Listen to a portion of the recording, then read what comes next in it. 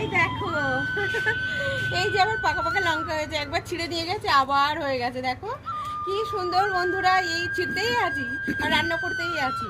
তো আর এই দেখুন আবার লঙ্কা হয়েছে, আর যদি না ছিঁড়ি বন্ধুরা তাহলে কিন্তু আর লঙ্কা হবে না। তো আমাকে দেখে দেখে কিন্তু লঙ্কা ছিঁড়তে হয়। এই দেখুন তো ছোট গাছ, অল্প অল্প লঙ্কা হচ্ছে, এটাই অনেক বন্ধুরা। ভালোই হয়েছে কিন্তু লঙ্কাগুলো। হ্যাঁ ভালো তো হয়েছে, আর সত্যি ছিঁড়তে কি ভালো লাগে বন্ধুরা, লঙ্কা ছিঁড়তে খুব সুন্দর লাগে।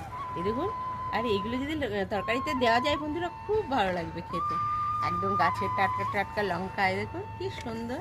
আর এই দেখুন আমি খুঁজে বেড়াচ্ছি আর আছে কিনা।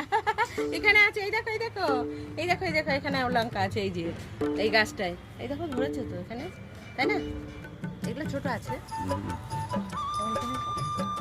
এই দেখো এই যে ছোট ছিঁড়েই তো নিচ্ছি, মাঝে মাঝে ছিঁড়ছি। তো এই দেখুন আবার হচ্ছে, এই যে ছিঁড়ছি। আমাদের দুজনের অনেক হয়ে যায়। তো বন্ধুরা এই যে এখানেও আছে, দেখো ঝুলেই থাকছে লঙ্কা। এই দেখুন বন্ধুরা, এই যে ফুল, ছোট ছোট ফুল, এটাই কিন্তু আর দুদিন পরে দেখবেন লঙ্কা হয়ে গেছে। তো কিন্তু চাষ করা একদমই সহজ বন্ধুরা, আপনারাও করুন, আপনাদেরও ভালো লাগবে এরকম তুলতে।